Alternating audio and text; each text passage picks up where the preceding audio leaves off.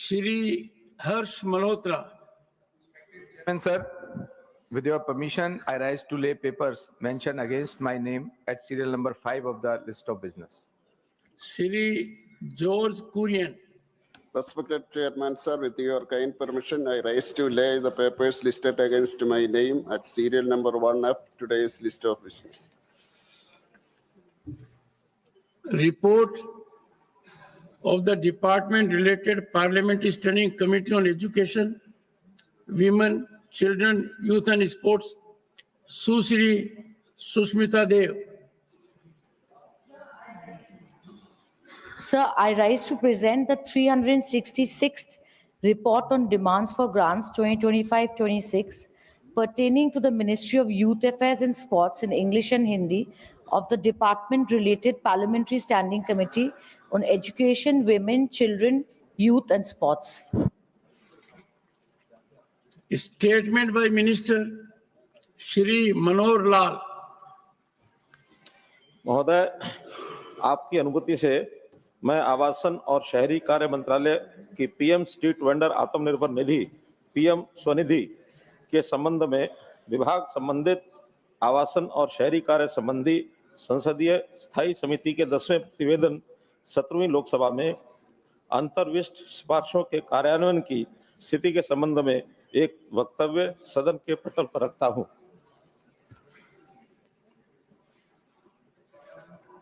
Honorable members, today, April 2, is recognized by the United Nations as World Autism Awareness Day. This House, I strongly feel, would reaffirm its commitment to promoting the rights and well-being of individuals with autism. This year's theme, Advancing Neurodiversity and the UN Sustainable Development Goals, highlights neurodiversity and sustainable development. Yesterday, a distinguished member of this House, Sri Sujit Kumar, emphasized the need for autism awareness with a special focus on facilitation for unique disability identification card and advocated holding of camps and supporting families for the same. India's legislative framework, including the Rights of Persons with Disabilities Act 2016 and National Trust Act 1999, has established crucial entitlements and support programs. Entitlements have meaning only when they reach the intended persons. Our inclusive education and vocational training initiatives are creating meaningful opportunities for autistic individuals, but more is required to be done. Moving forward, we must prioritize awareness, early intervention, unique disability ID certification camps, and inclusive policies to ensure proper support and opportunities. Aligning these efforts with sustainable development goals, particularly quality education, decent work, and reduced inequality, will strengthen our commitment to inclusivity. India stands firmly for creating an equitable world for individuals with autism. I had yesterday requested the leader of the House, who is also the concerned minister, to take proactive initiatives by way of holding camps in institutions that help children suffering with autism. And I'm sure he would come out during this session with the steps that can possibly be taken, as awareness will continue as per United Nations for the entire month of April. Honorable members, let us collectively resolve to build a society where individuals with autism are empowered to lead fulfilling lives with dignity and equal opportunities. A challenged human resource is not challenged the way we think. Every challenged human resource is a reservoir of talent, and we need to harness it by allowing the concerned to unleash that energy for self-development and societal development. Honorable members, 4 notices have been received under Rule 267. The notice of Srimati Sagarika Ghosh demands discussion over the alleged lapse of Election Commission in issuance of multiple duplicate electors' photo identity cards across the states. The notice of Dr. John Britas demands a discussion over the alleged threat to freedom of expression by deliberate and malicious attack on the movie L2 Ampura. Yesterday also you said so. Sometimes it is difficult to pick up the accent.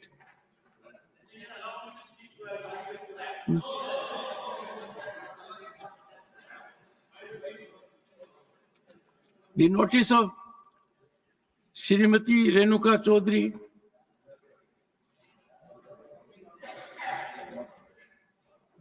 demand discussion over the adverse impact of unilateral tariff war declared by the United States of America on Indian economy.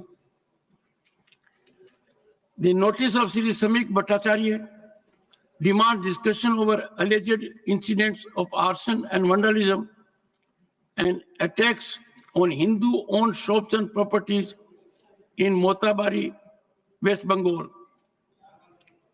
Honorable members, first my request is, if an honorable member comes with a request, a notice under Rule 267, minimal requirement is physical presence of the member in the house. Absence of the member does not send a good signal. I would not like to reiterate, which I have done on umpteen occasions. These notices do not merit admittance and are so declined. One second.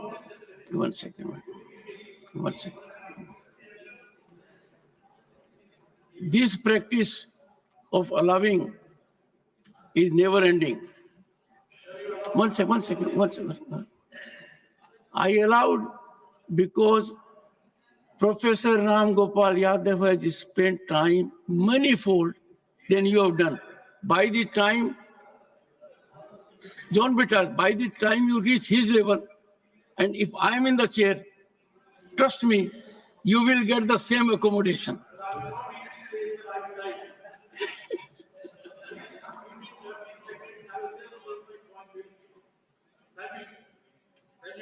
Did I say yes? Reading your face, sir. You see, Thank you very much, sir. one second. Yes, sir. We have distinguished members in the House, both sides. We have distinguished members here.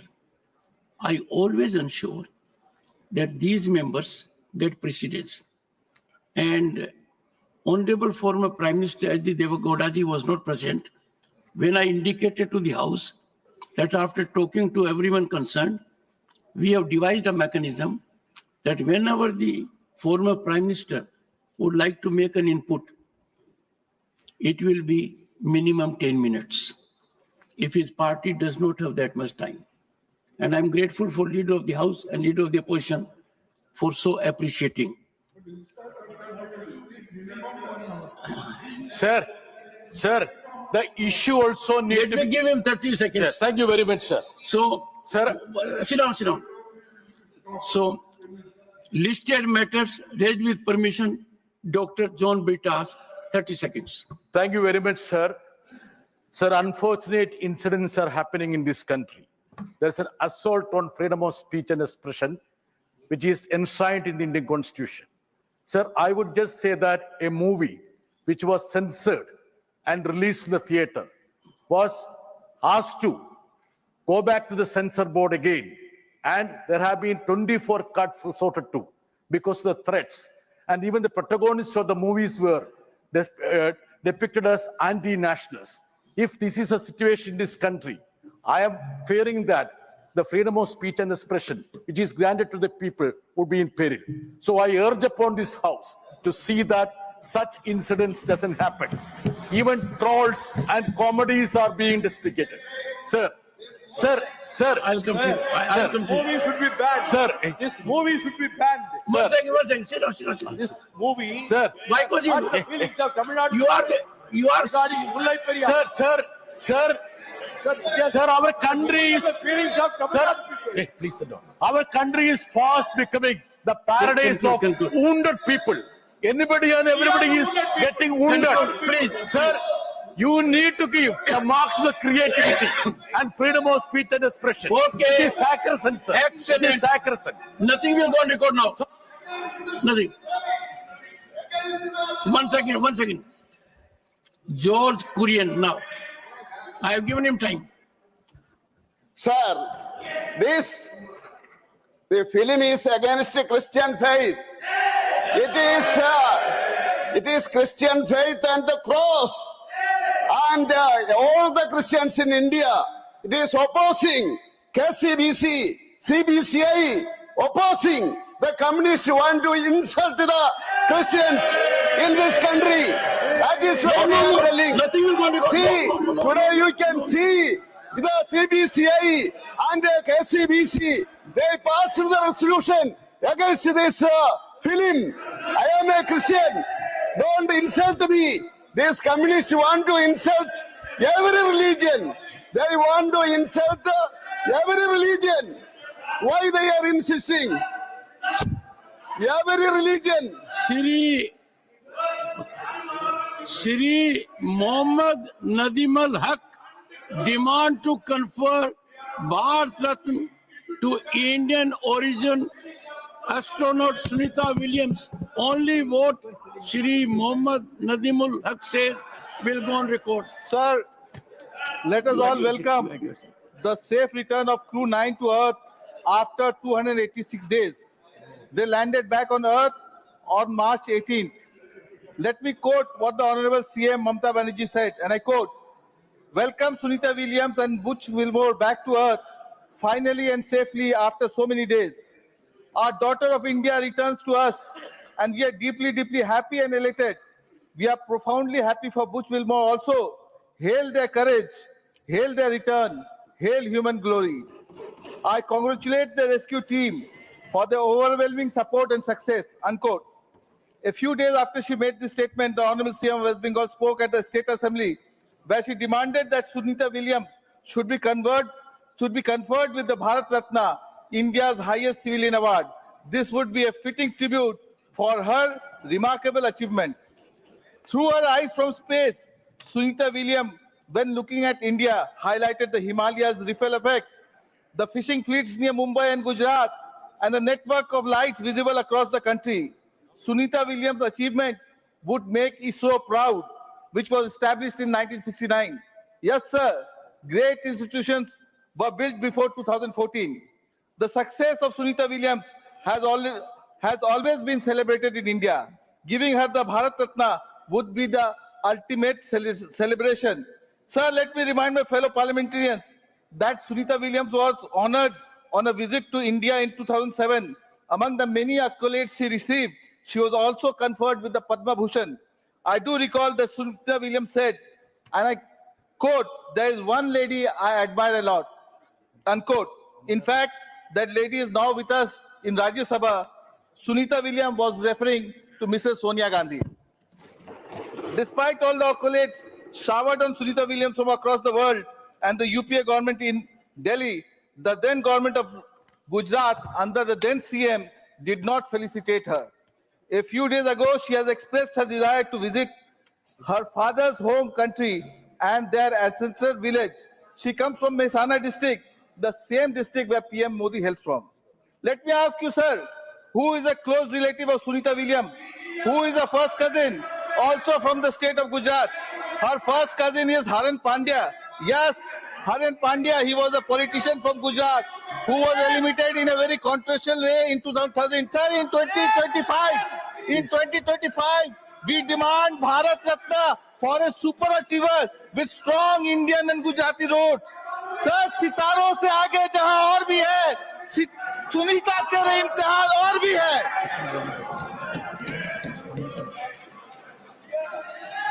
Honorable Finance Minister. Sir, it's one thing to ask for. Sir, it's one thing to ask for Bharat Ratna for someone and as meritorious as Sunita Williams. But in the process to cast aspersions, bring in unrelated to the context people into the picture, also bringing in people who are no longer with us, unfortunately, who passed away, are all absolutely uncalled for, if I can say in the minimum of words. I think that portion of his, the honorable member's speech should be completely taken out of records. Other than, of course, all of us will be happy to consider Bharat Ratna and other things, but there is no way reference to any persons who are no longer alive and casting aspersions on the Prime Minister should be entertained here. जो भी Those आप comments must be चीजें removed. हैं बिल्कुल it will take into account, वो चीजें हटा दी जाएंगे. प्लीज प्लीज प्लीज जो अप्रासंगिक तथ्य वो नहीं जाएंगे. Please. Shri Neeraj Dangi, demand for removal of 18% GST on insurance policies for senior citizens. हार्दिक आभार माननीय उपसभापति महोदय जी. जैसा कि सर्वविदित है, वृद्धावस्था में उम्र बढ़ने के साथ साथ आय कम हो जाती है और स्वास्थ्य संबंधी समस्याएं बढ़ जाती हैं, जिससे दवाओं की अधिक आवश्यकता होती है और चिकित्सा खर्च भी बढ़ जाता है. इन कारणों से स्वास्थ्य बीमा पॉलिसी का प्रीमियम भी बढ़ जाता है. ऐसे में वृद्धजनों के लिए स्वास्थ्य बीमा प्रीमियम का भुगतान करना मुश्किल हो जाता है. बढ़ती उम्र के साथ बढ़ती हुई इस गंभीर समस्या के समाधान के लिए सरकार को कोई ठोस कदम उठाना चाहिए. वरिष्ठ नागरिकों को स्वास्थ्य बीमा हेल्थ प्रीमियम पर भुगतान किए जाने वाले मौजूदा 18% GST से छूट दी जानी चाहिए. यदि यह कदम उठाया जाता है तो स्वास्थ्य देखभाल सस्ती हो सकती है और वृद्ध पॉलिसी धारकों के लिए बीमा की लागत कम हो सकती है, जो समावेशी स्वास्थ्य देखभाल हेल्थ केयर को बढ़ावा देने के सरकार के व्यापक एजेंडे का हिस्सा बन सकता है. भारत सरकार वरिष्ठ नागरिकों के स्वास्थ्य बीमा पॉलिसियों का प्रीमियम कम करने के लिए कई तरीकों से आवश्यक कदम उठा सकती है. जैसे एक दृष्टिकोण में वरिष्ठ नागरिकों के लिए प्रीमियम में सब्सिडी देना, जो वरिष्ठ नागरिकों को रियायती प्रीमियम की पेशकश करने वाली बीमा कंपनियों को टैक्स देकर प्राप्त किया जा सकता है, जिससे स्वास्थ्य बीमा अधिक किफायती और सुलभ हो सके. इसी प्रकार एक अन्य रणनीति के तहत बीमा क्षेत्र में FDI यानी प्रत्यक्ष विदेशी निवेश को बढ़ाना, जिससे प्रतिस्पर्धा बढ़ सकती है और प्रीमियम कम हो सकता है. फिलहाल बीमा क्षेत्र में FDI की सीमा 74% है. हालांकि यह बजट में इसे 100% किए जाने का ऐलान है. आमजन को इसका लाभ कब मिलेगा वो अन्य प्रश्न है. भारत सरकार द्वारा लागू आयुष्मान भारत योजना, जो 70 वर्ष और उससे अधिक आयु के सभी वरिष्ठ नागरिकों को 5 लाख तक का स्वास्थ्य बीमा कवर प्रदान करने का दावा करती है. इस योजना का और विस्तार किया जाकर इसे 70 वर्ष से घटा करके 60 वर्ष से अधिक वरिष्ठ नागरिकों को शामिल किया जाना चाहिए. इन उपायों को लागू करके भारत सरकार वरिष्ठ नागरिकों के लिए स्वास्थ्य बीमा को अधिक किफायती और सुलभ बनाने में मदद कर सकती है, यह सुनिश्चित करते हुए कि उन्हें वित्तीय बोझ के लिए अनावश्यक चिकित्सा देखभाल व चिकित्सा सुविधा बिना किसी बोझ के प्राप्त हो सके. माननीय उपसभापति महोदय, मैं आपके माध्यम से सरकार से ये अपेक्षा करता हूं कि वरिष्ठ नागरिकों के साथ साथ 5 लाख रुपए तक के कवरेज वाले गैर वरिष्ठ नागरिकों के लिए भी स्वास्थ्य बीमा प्रीमियम पर GST को हटाया जाना चाहिए और लाख रुपए से अधिक के स्वास्थ्य कवर पर प्रीमियम के मौजूदा 18% के मुकाबले 5% GST किया जाना चाहिए, ताकि वरिष्ठ नागरिकों के लिए भी ये स्वास्थ्य बीमा प्रीमियम अफोर्डेबल बन सके. बहुत बहुत धन्यवाद. जय हिंद. धन्यवाद. Shrimati JB माथेर हिसम, need to promote Indian art, literature and cinema in order to nurture creative expressions. Associating are Mr. A. Rahim, Dr. John Britas. Please. So as I rise to talk about the need to promote Indian art, literature and cinema in order to nurture creative expressions, I wish to draw the attention of this House to a 2019 Malayalam movie Lucifer, a political thriller which was a blockbuster hit. As a sequel to Lucifer, Empuran was released. Empuran is an epic Malayalam cinematic creation in terms of its impeccable standard in its making, powerful message it carries, the spine and the courage the makers itself shows. Empuran is more than a film. It is an act of resistance against communal fascism. Both Lucifer and Empuran stars the legendary actor Mohanlal, Manju Warrior, Prithviraj, a fearless director, Murali Gopi, a bold scriptwriter. They all stand as beacons of resilience. Empuran has captivated audience with every frame and undoubtedly a super hit on day one itself.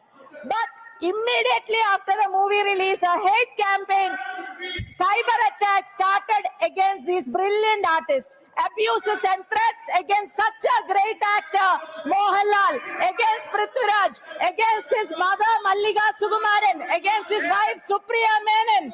Absurd and atrocious. RSS organizer has been attacking Empuran, publishing article day after day, 5 days in a stretch. And sadly, even Mohanlal, I'm speaking about this, even Mohanlal, unchallenged icon of Malayalam cinema. Please take your seat.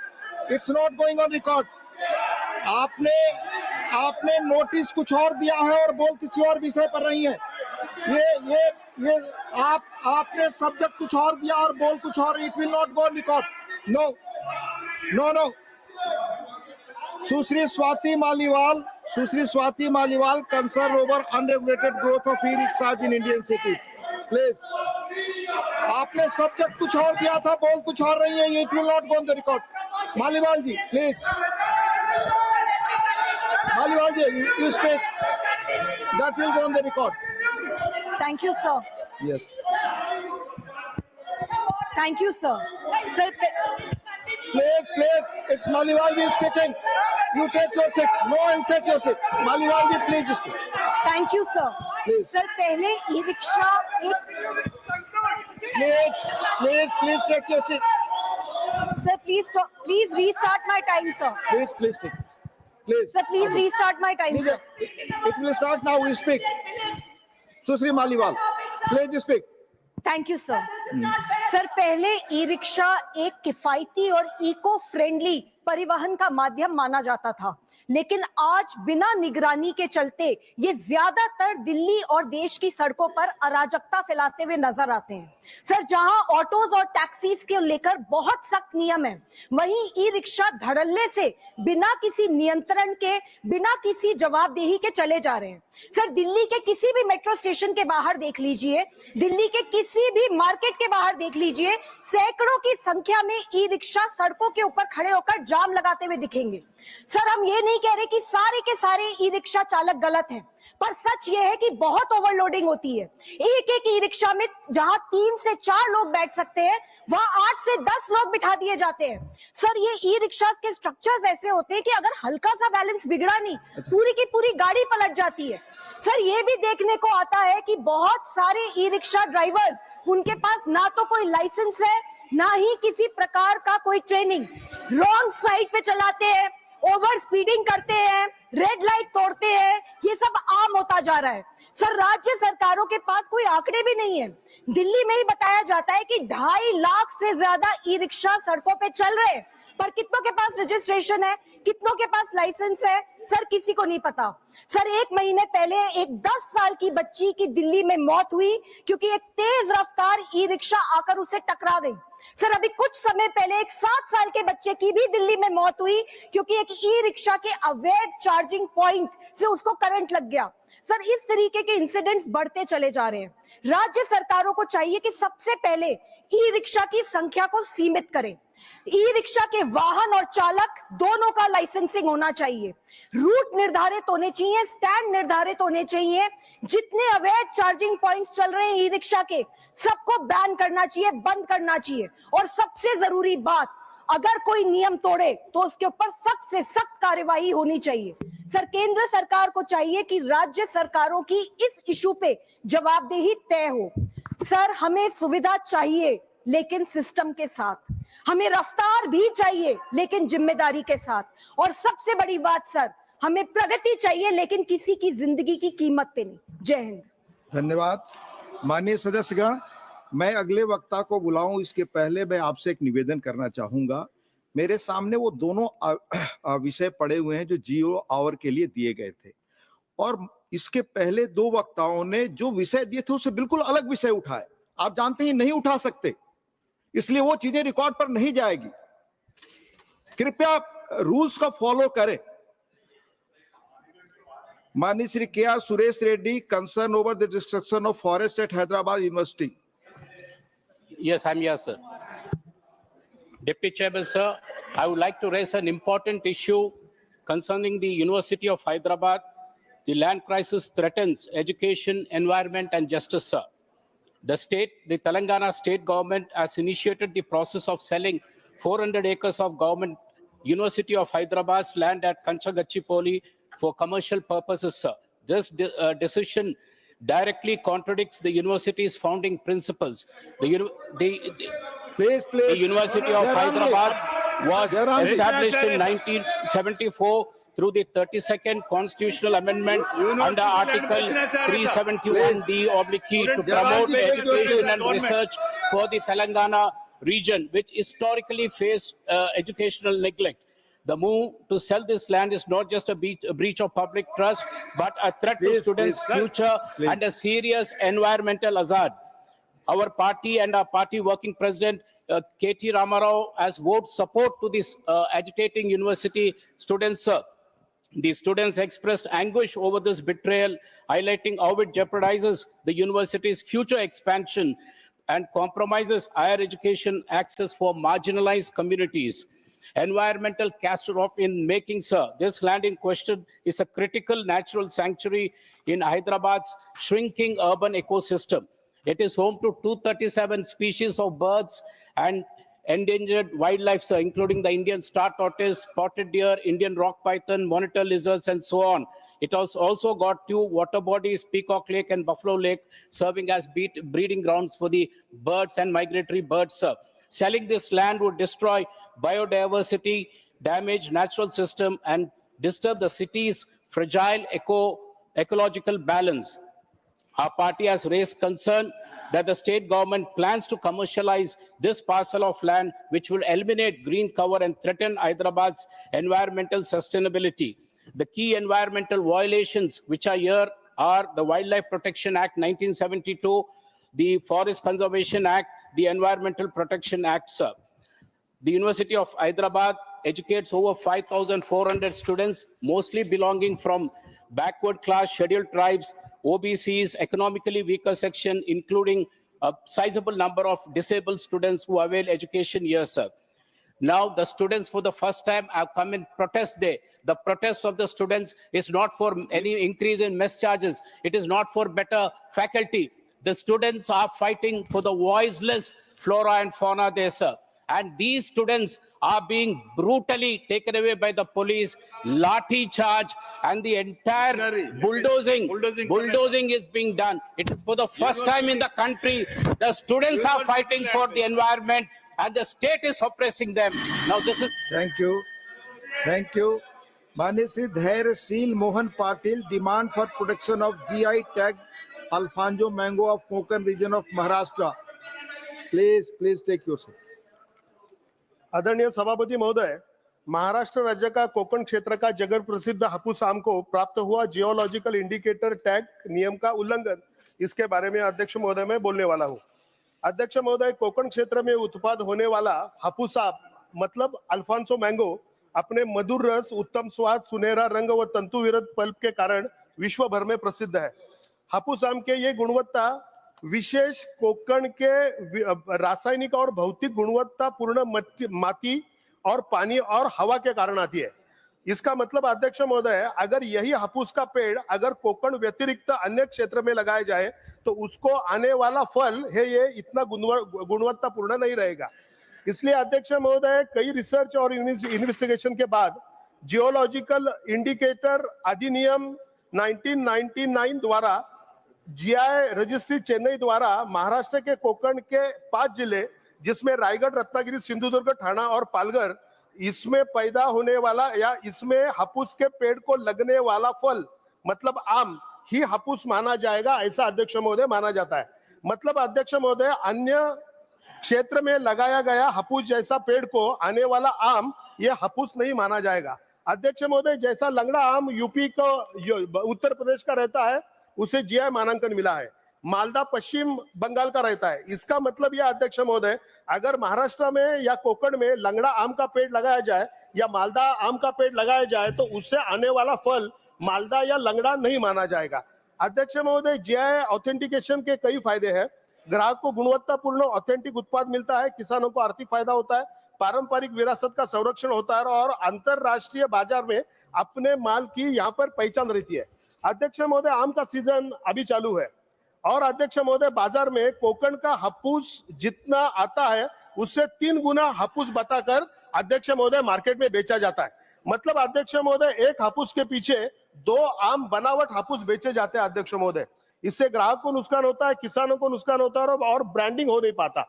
अगर अध्यक्ष महोदय ऐसा ही चला रहा तो हापुस की गुणवत्ता कुछ ही दिनों में, कुछ ही सालों में ये विरासत यहाँ पर नष्ट हो जाएगी।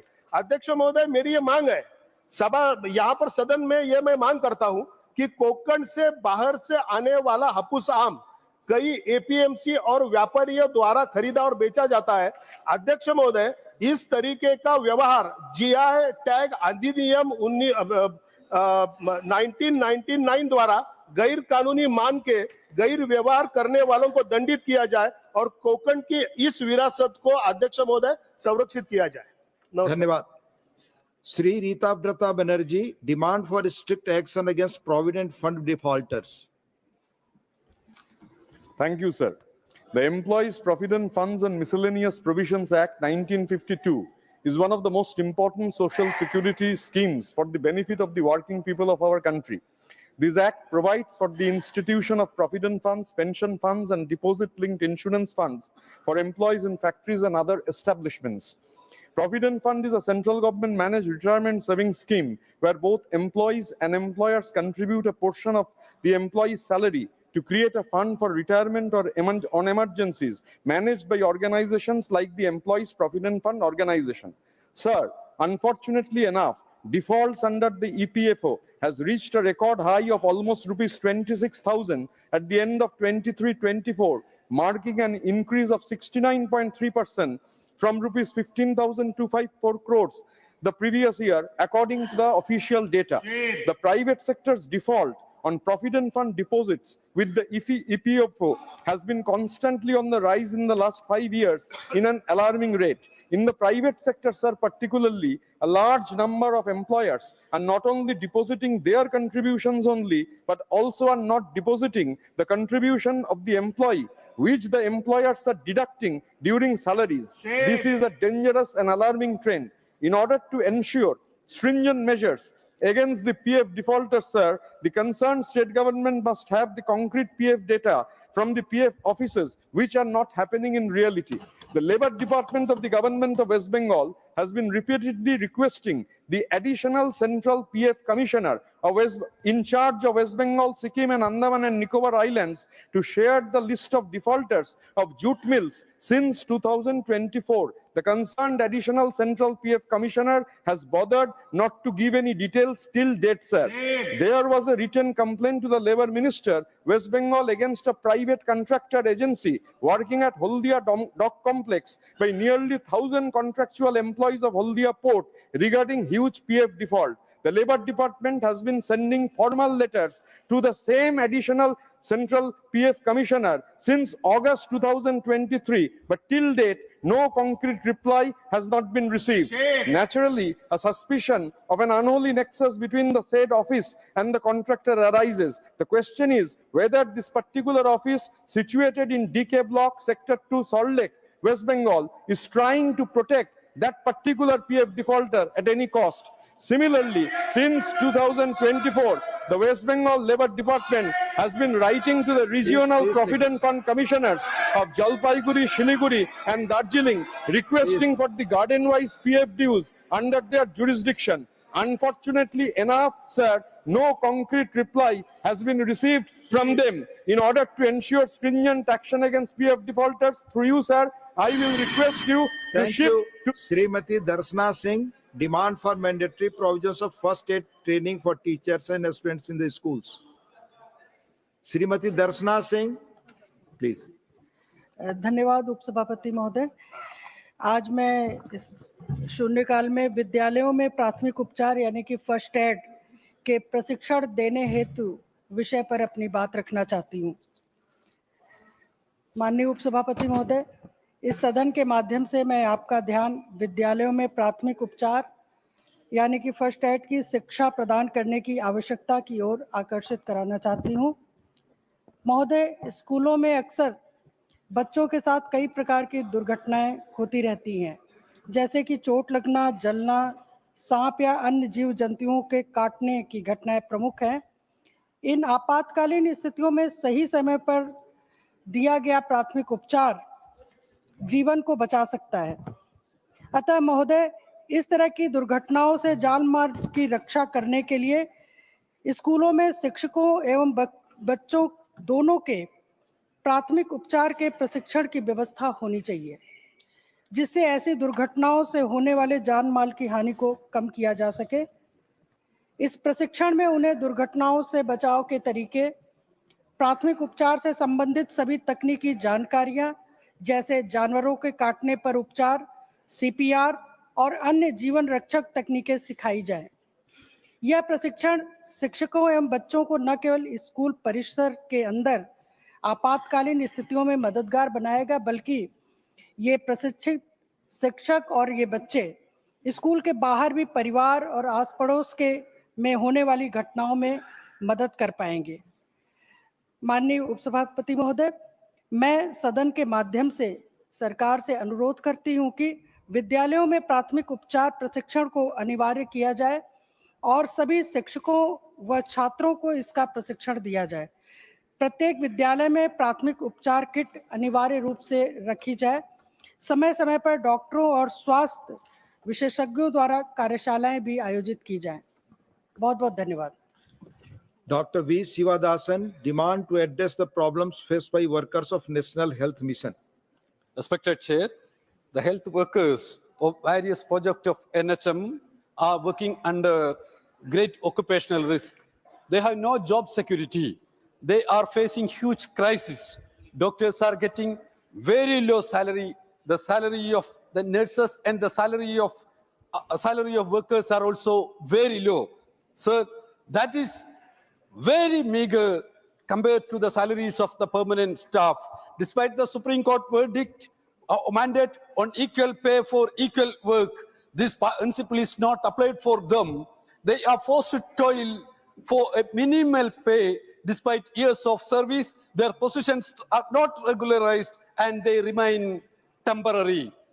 There is need for regularization of the jobs, implementation of proper bylaws, addressing disparities in pay among paramedics, establishing a clear transfer policy, extending EPF benefits to all categories, and ensuring timely payment of salaries. Sir, they should be paid salaries to do their job with dignity.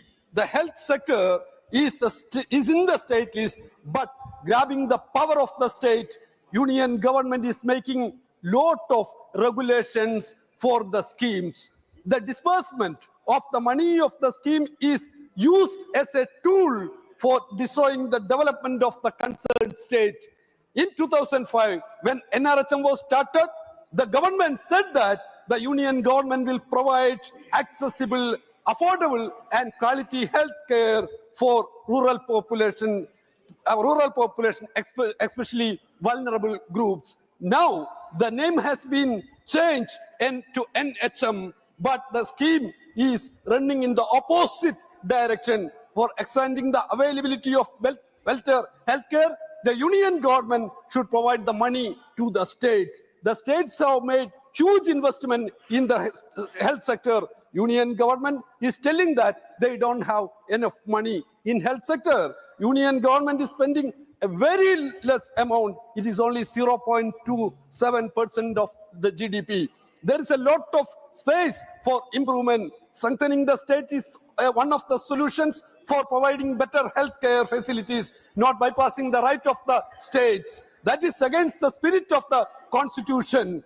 Sir, that will destroy the entire healthcare system, not only in rural India, but also in urban areas. Now here in the house, Karnataka is requesting for the share of the health share in the healthcare. West Bengal is requesting for their share. Tamil Nadu is requesting. Telangana is requesting. Kerala also requesting for the share. All across India, interest of the state is trampled upon by the union government. So I request the government. Thank you. Sri Ramji Lal Sumanji need to take measures to resolve farmers' problems.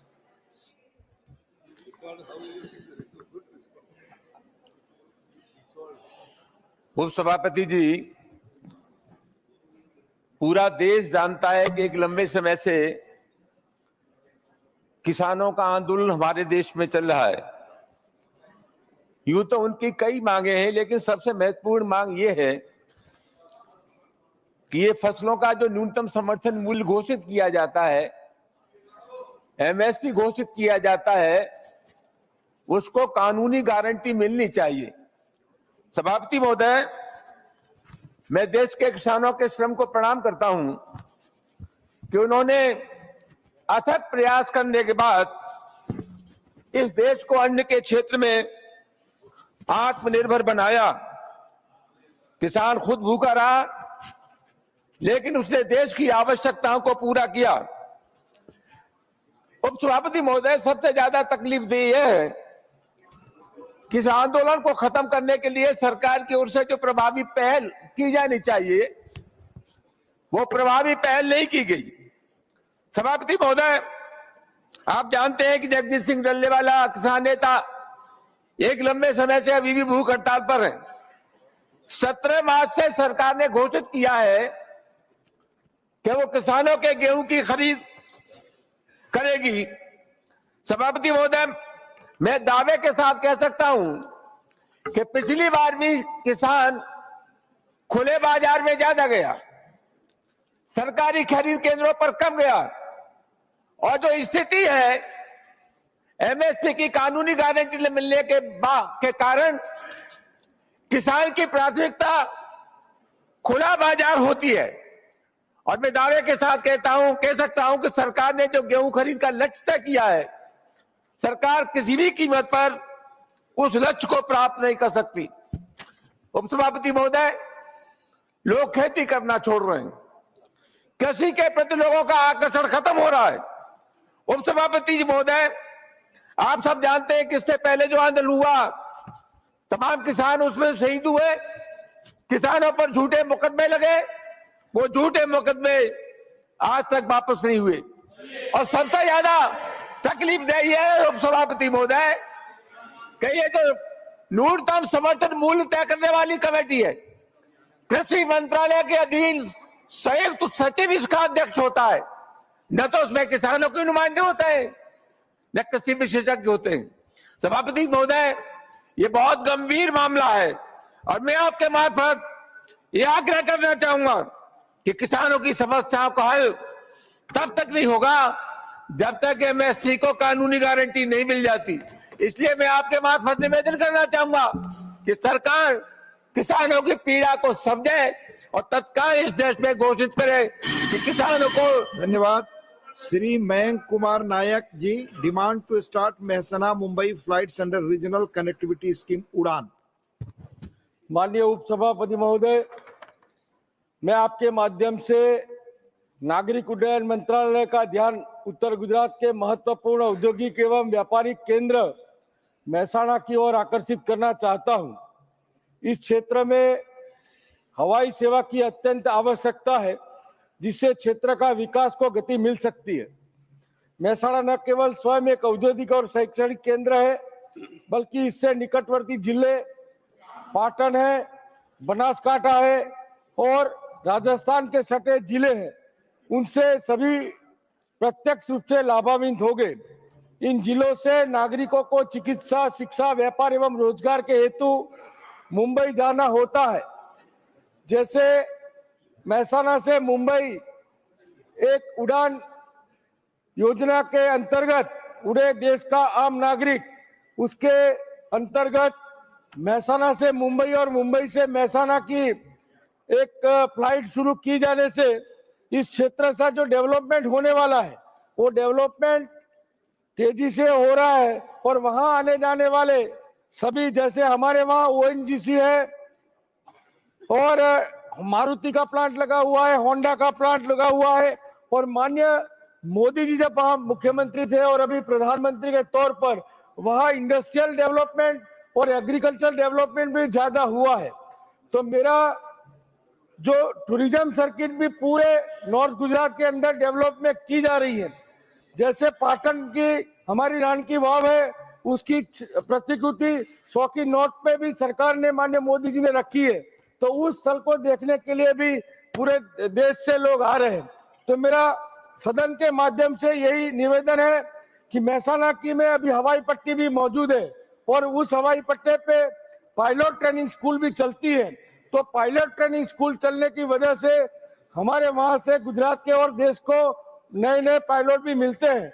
तो हमारा यही निवेदन है आपके माध्यम से कि अभी महसाना भी महानगर बन गया है, तो वहां सा जो डेवलपमेंट है वो एक एयर कनेक्टिविटी मुंबई के साथ मिल जाए, जिसके कारण वहां हमारे जो व्यापारी है, हमारे वहां जो इंडस्ट्रियलिस्ट है, हमारी जो जनता है, और वहां पूरा टूरिस्ट डेवलपमेंट हो रहा है। माननीय प्रधानमंत्री जी का जो जिला है महसाना, और वहां भी बुद्ध भगवान का भी पूरा निकला हुआ है और आर्कियोलॉजी का भी बड़ा म्यूजियम वहां लगा हुआ है। देश और दुनिया से भी लोग आ रहे हैं। तो मेरा यही आपके माध्यम से माननीय मंत्री जी से निवेदन है कि जल्द से जल्द उड़ान योजना के अंतर्गत महसाना से मुंबई और मुंबई से महसाना की कनेक्टिविटी करते हुए एक हवाई प्लेन चलाया जाए। यही मैं आपके माध्यम से माननीय मंत्री जी को रिक्वेस्ट करता हूं। धन्यवाद सर। धन्यवाद Mayank Kumar ji. Shri Sant Balbir Singh ji, concern over increasing pollution in the major rivers of the country. Punjabi में बहुत बहुत धन्यवाद उप चेयरमैन साहब। साਰਿਆਂ ਨੂੰ ਪਿਆਰ ਭਰੀ ਸਤਿ ਸ੍ਰੀ ਅਕਾਲ। ਸਾਹਿਬ ਸ੍ਰੀ ਗੁਰੂ ਨਾਨਕ ਪਾਤਸ਼ਾਹ ਨੇ ਪਵਨ ਗੁਰੂ ਪਾਣੀ ਪਿਤਾ ਮਾਤਾ ਧਰਤ ਮਹੱਤੇ ਦਿਵਸ ਰਾਤ ਦੋਇ ਦਾਈ ਦਾਇਆ ਖਿਲੇ ਸਗਲ ਜਗਤ। ਪਾਣੀ ਦੀ ਜੋ ਇੰਨਾ ਵੱਡਾ ਮਹੱਤਵ ਦਿੱਤਾ ਹੈ, ਸ਼ੁੱਧ ਹਵਾ, ਸ਼ੁੱਧ ਪਾਣੀ, ਸ਼ੁੱਧ ਖੁਰਾਕ ਸਾਡਾ ਫੰਡਾਮੈਂਟਲ ਰਾਈਟ ਹੈ ਜੋ ਸਾਨੂੰ ਸੰਵਿਧਾਨ ਦਿੰਦਾ। ਪਾਣੀ ਇਕੱਲਾ ਮਨੁੱਖ ਵਾਸਤੇ ਨਹੀਂ ਸਗੋਂ ਪਸ਼ੂ ਪੰਛੀ ਜਲਚਰ ਜੀਵਾਂ ਵਾਸਤੇ ਵੀ ਇਹ ਜ਼ਰੂਰੀ ਆ। ਪ੍ਰਦੂਸ਼ਣ ਕਰਨ ਵਾਲੀਆਂ 3 ਧਿਰਾਂ ਹਨ, ਜਿਹਦੇ ਵਿੱਚ ਪਿੰਡਾਂ, ਸ਼ਹਿਰ ਤੇ ਇੰਡਸਟਰੀ ਜਿਹੜੀਆਂ ਇਸ ਵਿੱਚ ਪ੍ਰਦੂਸ਼ਣ ਕਰ ਰਹੀਆਂ, ਜਿੰਨੇ ਵੀ ਸਾਡੇ ਜਿਹੜੀਆਂ ਹੈ ਡਰੇਨਾਂ ਹੈ, ਤੇ ਇਹਨਾਂ ਨੂੰ ਰੋਕਣ ਵਾਸਤੇ ਡਰੇਨ ਵਿਭਾਗ, ਪੋਲਿਊਸ਼ਨ ਕੰਟਰੋਲ ਬੋਰਡ ਤੇ ਨਗਰ ਨਿਗਮ ਇਹ ਟ੍ਰੀਟਮੈਂਟ ਪਲਾਂਟ ਤਾਂ ਲੱਗ ਜਾਂਦੇ ਆ, ਪਰ ਸਾਰੇ ਬਾਈਪਾਸ ਚੱਲਦੇ ਆ ਤੇ ਲੋਕਾਂ ਦੇ ਨਾਲ, ਜੀਵਨ ਦੇ ਨਾਲ ਬੜਾ ਵੱਡਾ ਧੋਖਾ ਹੋ ਰਿਹਾ।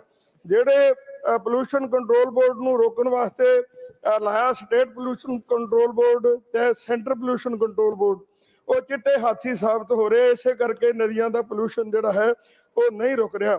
ਜਿਸ ਤਰ੍ਹਾਂ ਸਾਡੇ ਸਰੀਰ ਦੇ ਵਿੱਚ ਨਾੜੀਆਂ, ਇਸੇ ਤਰ੍ਹਾਂ ਹੀ ਸਾਡੀਆਂ ਨਦੀਆਂ, ਦਰਿਆ, ਜੇਕਰ ਸਾਡੇ ਨਾੜੀਆਂ ਦੇ ਵਿੱਚ, ਸਰੀਰ ਦੇ ਵਿੱਚ ਜ਼ਹਿਰ ਚਲੀ ਜਾਵੇ ਅਸੀਂ ਬਚ ਨਹੀਂ ਸਕਦੇ। ਇਸੇ ਤਰ੍ਹਾਂ ਹੀ ਜਿਹੜਾ ਨਦੀਆਂ ਦਾ ਪੋਲਿਊਸ਼ਨ ਆ ਸਾਡੇ ਵਾਸਤੇ ਬਹੁਤ ਵੱਡਾ, ਸਾਰਿਆਂ ਵਾਸਤੇ ਖਤਰਾ ਬਣਿਆ ਹੋਇਆ ਹੈ। 1974 ਦਾ ਐਕਟ ਜਿਹਦੇ ਵਿੱਚ ਸਜ਼ਾ ਦਾ ਪ੍ਰਾਵਧਾਨ ਸੀ, ਉਹਦਾ ਥੋੜਾ ਬਹੁਤਾ ਇੰਡਸਟਰੀ ਨੂੰ ਡਰ ਸੀ, ਉਹ ਵੀ ਜਿਹੜਾ ਹੈਗਾ ਉਹ ਕੱਢ ਦਿੱਤਾ। ਇਸ ਕਰਕੇ ਜਿਹੜੀਆਂ ਇੰਡਸਟਰੀ ਕਰੋੜਾਂ ਰੁਪਈਏ ਕਮਾਉਂਦੀਆਂ, ਉਹਨਾਂ ਨੂੰ ਜੇ 10-15 ਲੱਖ ਰੁਪਈਆ ਜੁਰਮਾਨਾ ਵੀ ਦੇਣਾ ਪਵੇ ਤੇ ਉਹ ਉਹਨਾਂ ਦਾ ਭੈ ਜਿਹੜਾ ਹੈ ਚੱਕਿਆ ਗਿਆ। ਜਿਹੜਾ ਇਹ ਸਜ਼ਾ ਦਾ ਪ੍ਰਾਵਧਾਨ ਸੀ ਇਹ ਨਹੀਂ ਹਟਣਾ ਚਾਹੀਦਾ ਸੀ। ਸੋ ਇਸ ਵਾਸਤੇ ਸਾਡੀਆਂ ਜਿਹੜੀਆਂ ਹੈਗੀਆਂ ਪੁਰਾਣੀਆਂ ਪਰੰਪਰਾਵਾਂ, ਸਾਡੇ ਲੋਕ ਨਦੀਆਂ ਦਰਿਆਵਾਂ ਨੂੰ ਪੂਜਦੇ ਆ। ਤੇ ਤਰ੍ਹਾਂ ਗੰਗਾ, ਗੋਦਾਵਰੀ, ਕਾਵੇਰੀ, ਘੱਗਰ, ਬੁੱਢਾ ਦਰਿਆ, ਜਿਹੜੀ ਹੈ ਵੱਖ-ਵੱਖ ਕਾਲੀ ਵਈ, ਜਿਹਦੇ ਵਿੱਚ ਗੁਰੂ ਨਾਨਕ ਪਾਤਸ਼ਾਹ ਨੇ ਚਰਨ ਪਾਏ, ਜਿਹੜੀ ਬਿਲਕੁਲ ਪ੍ਰਦੂਸ਼ਿਤ ਹੋ ਚੁੱਕੀ ਸੀ, ਜਿਹਦੇ ਵਿੱਚ 8 ਸ਼ਹਿਰਾਂ ਤੇ 45 ਪਿੰਡਾਂ ਦਾ ਪਾਣੀ ਪੈਂਦਾ ਸੀ। ਤਕਰੀਬਨ ਅਸੀਂ ਲਗਾਤਾਰ 25 ਸਾਲ ਤੋਂ ਜਿਹੜਾ ਹੈ ਸੇਵਾ ਕਰਕੇ ਅੱਜ ਉਹ ਪ੍ਰਦੂਸ਼ਣ ਮੁਕਤ ਵਗ ਰਹੀ ਹੈ। ਇਸੇ ਤਰ੍ਹਾਂ ਹੀ ਸਾਰੇ ਨਦੀਆਂ, ਦਰਿਆ ਪ੍ਰਦੂਸ਼ਣ ਮੁਕਤ ਹੋ ਸਕਦੇ ਆ ਜੇਕਰ ਸਾਡੇ ਜਿਹੜਾ ਹੈ 1974 ਦਾ ਐਕਟ ਜਿਹੜਾ ਲਾਗੂ ਹੋਵੇ ਜੇਕਰ ਸਬਦਾ ਦਾ ਪ੍ਰਾਵਧਾਨ ਹੁੰਦਾ ਤਾਂ ਬਹੁਤ ਵਧੀਆ ਸੀ, ਪਰ ਫਿਰ ਵੀ ਜਿਹੜਾ ਹੈ ਕਾਨੂੰਨ ਬਣਿਆ ਹੋਇਆ ਇਹ ਲਾਗੂ ਨਹੀਂ ਹੋ ਰਿਹਾ। ਇਸੇ ਕਰਕੇ ਜਿਹੜਾ ਹੈ ਨਦੀਆਂ ਦਰਿਆ ਜਿਹੜੇ ਪ੍ਰਦੂਸ਼ਿਤ ਹੋ ਰਹੇ ਆ। ਸੋ ਇਸ ਵਾਸਤੇ ਅੱਜ ਬਹੁਤ ਵੱਡੀ ਲੋੜ ਹੈ ਕਿ ਅਸੀਂ ਜੇਕਰ ਇਸ ਹਵਾ ਪਾਣੀ ਧਰਤੀ ਨੂੰ ਬਚਾਉਣਾ ਤੇ ਸਾਡਾ ਸਾਰਿਆਂ ਦਾ ਫਰਜ਼ ਬਣਦਾ ਕਿ ਅਸੀਂ ਜਿੱਥੇ ਜਿੱਥੇ ਵੀ ਬਹਿ ਰਹੇ ਹਾਂ, ਪਾਣੀ ਕਹਿੰਦੀ ਜਿੱਥੇ ਜਾਏ ਬਈਏ ਭਲਾ ਕਹੀਏ, ਸਾਡਾ ਫਰਜ਼ ਬਣਦਾ ਕਿ ਉਹਨਾਂ ਨਦੀਆਂ ਦਰਿਆਵਾਂ ਦੇ ਵਿੱਚ ਚਾਹੇ ਉਹ ਮਿਊਨਿਸਪਲ ਕਾਰਪੋਰੇਸ਼ਨ ਆ, ਚਾਹੇ ਉਹ ਇੰਡਸਟਰੀ ਗੰਦ ਪਾ ਰਹੀ ਆ, ਉਹਨੂੰ ਜਿਹੜਾ 1974 ਦਾ ਐਕਟ ਲਾਗੂ ਹੋਣਾ ਚਾਹੀਦਾ, ਉਹਨੂੰ ਰੋਕਣਾ ਚਾਹੀਦਾ ਤੇ ਜਿਹੜੇ ਸੈਂਟਰਲ ਪੋਲਿਊਸ਼ਨ ਕੰਟਰੋਲ ਬੋਰਡ ਤੇ ਸਟੇਟ ਪੋਲਿਊਸ਼ਨ ਕੰਟਰੋਲ ਬੋਰਡ ਬਣਿਆ ਉਹਨਾਂ ਨੂੰ ਕੰਮ ਕਰਨਾ ਚਾਹੀਦਾ। ਜੇ ਨਹੀਂ ਕੰਮ ਕਰਦੇ। धन्यवाद। Dr. Sasmit Patra demand to include languages spoken by tribal communities in the 8th schedule of the Indian Constitution. जो सूची में है वैसे ही पढ़ रहा हूँ संजय। मैं सूची के अनुसार जा रहा हूँ संजय जी, बैठिए प्लीज बोले। मैं सूची के अनुसार ही पढ़ रहा हूँ, प्लीज आप बैठे। मैं सूची के अनुसार ही पढ़ रहा हूँ, प्लीज आप Honorable Deputy Chairman, sir, I rise today to draw the kind attention of this august House to a long pending and deeply felt demand, the inclusion of Ho, Mundari, Bhumij, Kui and Sora languages in the 8th schedule of the Indian Constitution. These languages are not just modes of communication, they are lifeblood of millions of tribal people across multiple states. Their recognition is essential for preserving India's linguistic and cultural diversity and upholding the constitutional commitment to protect the rights of scheduled tribes. Sir, these languages have a rich oral and literary tradition and are spoken by large tribal populations across multiple states. Ho language, spoken primarily in Odisha, Jharkhand, West Bengal, and Chhattisgarh. Mundari language, spoken mainly in Odisha, Jharkhand, West Bengal, and Assam. Bhumij language, spoken predominantly in Odisha, Jharkhand, and West Bengal. Kui language, spoken mainly in Odisha, some parts of Andhra Pradesh. Sora language, spoken mainly in Odisha and Andhra Pradesh. While Odisha is home to the largest number of speakers of these languages, their influence extends beyond state borders. These languages are spoken in Jharkhand, West Bengal, Chhattisgarh, Assam, Andhra Pradesh, and even parts of Bihar, forming an integral part of the linguistic heritage of Eastern and Central India. Their exclusion from the 8th schedule denies recognition, development support, and constitutional protections to millions of indigenous people across multiple states.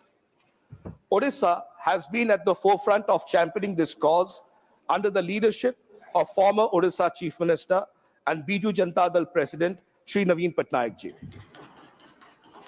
The Odisha cabinet formally approved this demand through a resolution, making it a clear policy commitment.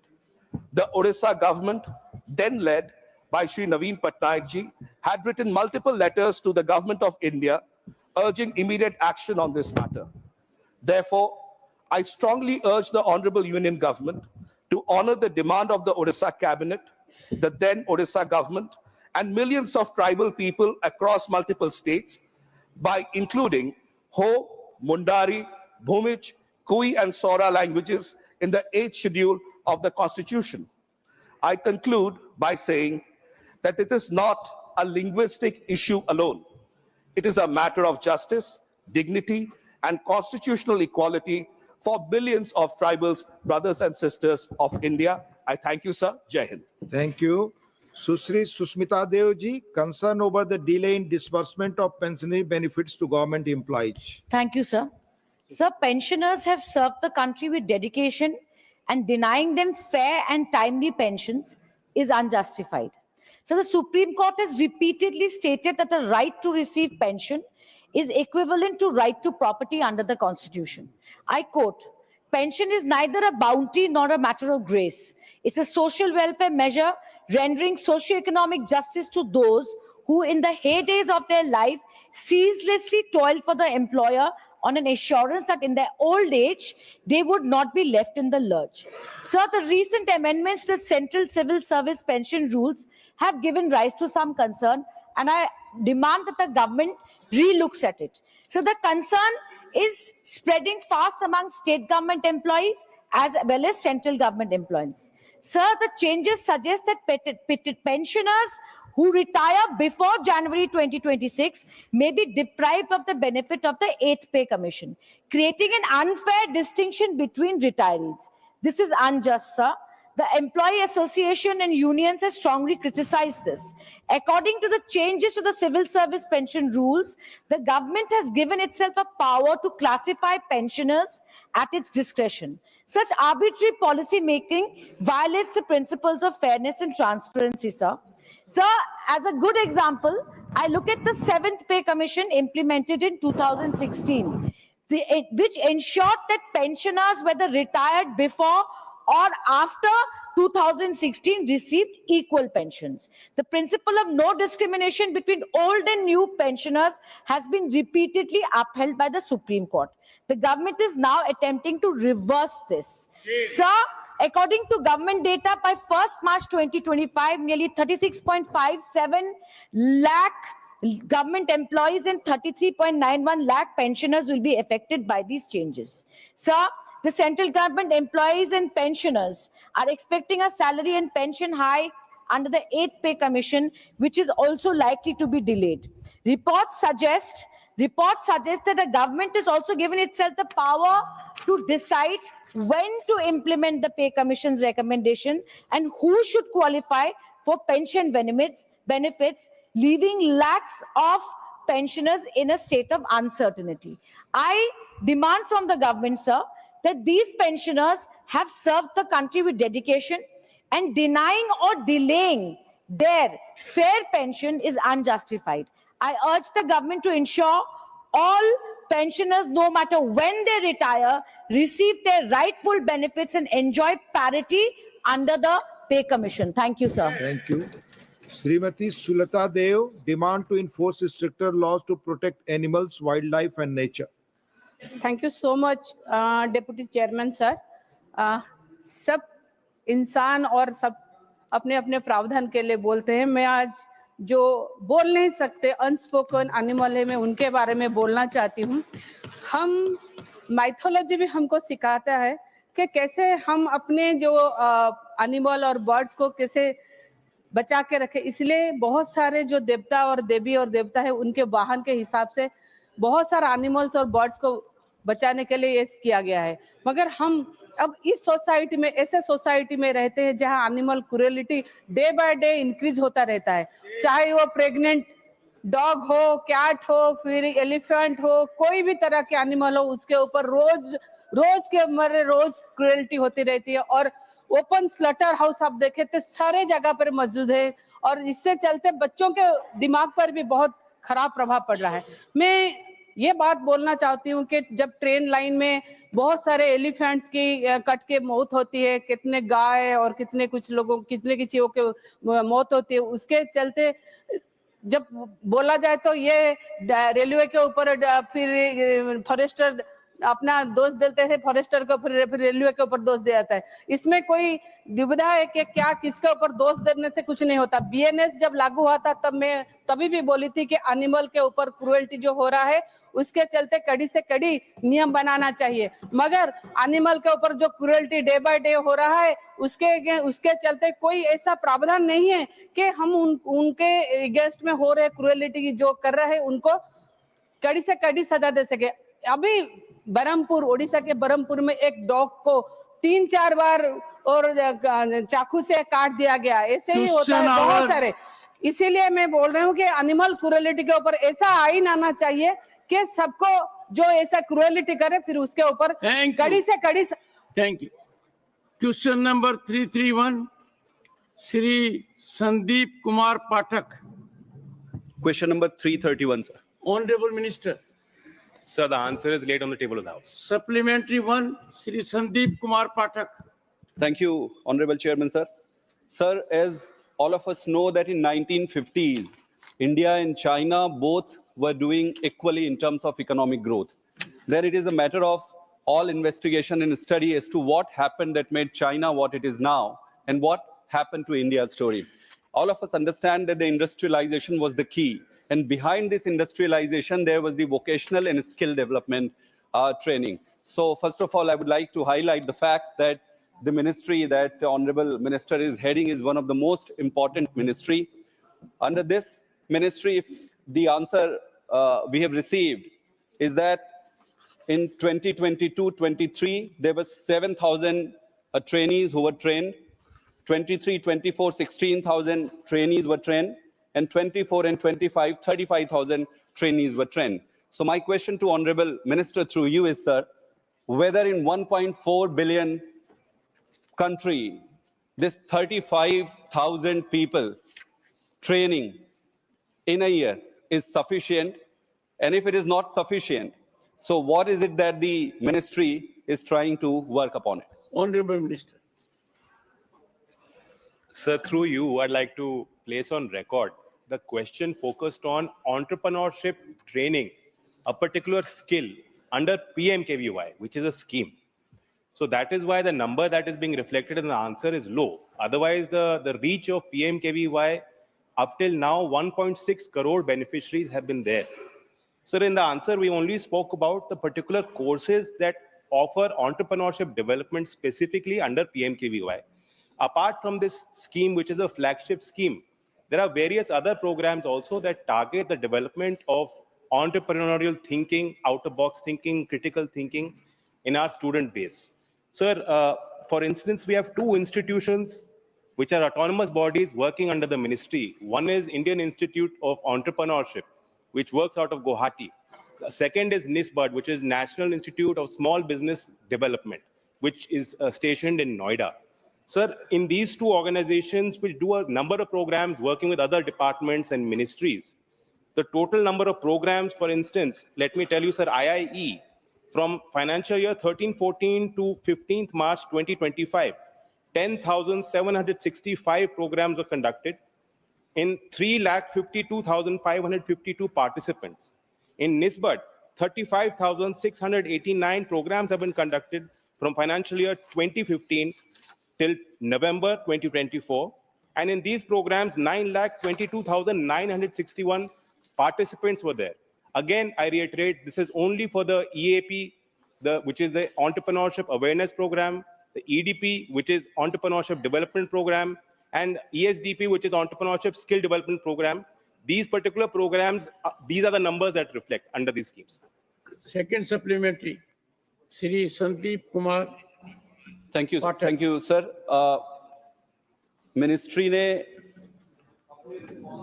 कहा है कि इस training के बाद किसी भी प्रकार की फंडिंग का कोई प्रावधान नहीं है, और आश्चर्यजनक बात यह है ऑनरेबल चेयरमैन सर कि इसका नाम ही एंटरप्रेन्योरशिप प्रोग्राम है, skill development and entrepreneurship. Imagine करिए कि कोई एक महिला, कोई माता या बहन ब्यूटिशियन की ट्रेनिंग लेती है या टेलरिंग की ट्रेनिंग लेती है। ये ट्रेनिंग लेने के बाद स्वाभाविक सी बात है कि उसको अपना खुद का खोलना होगा, खुद का व्यवसाय करना होगा। आप ट्रेनिंग देने की बात कर रहे हैं, लेकिन आपकी जो मुद्रा योजना है, स्टैंड अप इंडिया है, स्टार्टअप इंडिया है, उसमें जो आप फंडिंग दे रहे हैं उसको इससे एसोसिएट नहीं कर रहे हैं। तो एक तरीके से आप जॉब सीकर क्रिएट कर रहे हैं, आप सेल्फ एम्प्लॉयबिलिटी क्रिएट नहीं कर रहे और ना ही आप जॉब क्रिएटर कर रहे हो, आप जॉब सीकर क्रिएट कर रहे हो। तो ओवरऑल इसका जो पर्पस है, जो मैं समझा हूं प्रधानमंत्री जी के भाषण से और सरकार के विजन से, वो मुझे लगता है कि यहाँ पे मेजर डिजाइन फॉल्ट है। और डिजाइन फॉल्ट किसी भी स्किल डेवलपमेंट के प्रोग्राम में सेल्फ एम्प्लॉयबिलिटी और job creation can be the only basis, there is no other way out. Thank you. Honorable Minister. Sir, large number of our beneficiaries under the flagship scheme of PMKVY have reported to be self-employed. There's another scheme that we have done which is not directly under PMKVY. It's a new initiative. It has been launched in coordination with Niti Aayog and Women Entrepreneurship Platform, which we've just launched in February and March across a number of states, working with higher educational institutions. Total number of 1,200 girl students have been selected for development of entrepreneurship, their abilities and competencies. And seed funding for the people, for the girl students who qualify for the last round is also provided under the scheme. So the Honorable MP said that there is no funding which is there as part of PMKVY. That is a fact. But as we all know, the government is taking immense strides forward in our startup ecosystem. More than 1.5 lakh startups are registered, recognized. We are world beaters in innovation. And he spoke about Mudra, sir. If I just give the numbers on Mudra, more than 51 crore Mudra loans have been provided. 50% of those beneficiaries come from marginalized sections, OBC, SC, ST. 68% of those 51 crore loans have been given to women. So that is just one scheme that I could be, that I'm aware of, that I placed for the House. The honorable member wanted to know precisely that these schemes favor job seekers. And he wants the premise of the scheme should be self-employability. Am I right? So on that, if not at the moment, you may interact with the honorable member. Okay, good enough. Of our skilling intervention. Sir, in PM Surya Ghar Muft Bijli Yojana, for the tenure of 24-25, 138 enterprises have been started. Under our entrepreneurial climate through training of trainer program and EDP program in Jan Shikshan Sanstans, 1463 enterprises have started. Our pilot project for entrepreneurship development program in financial year 22-23, more than 2,000 enterprises have been started. If you do a summation of these, you will find that more than 25,000 enterprises have started directly because of the skill training that the beneficiaries are undergoing. But I'm sure you'll keep the suggestion in mind also. Supplementary number 3, Shrimati Dharamshila Gupta.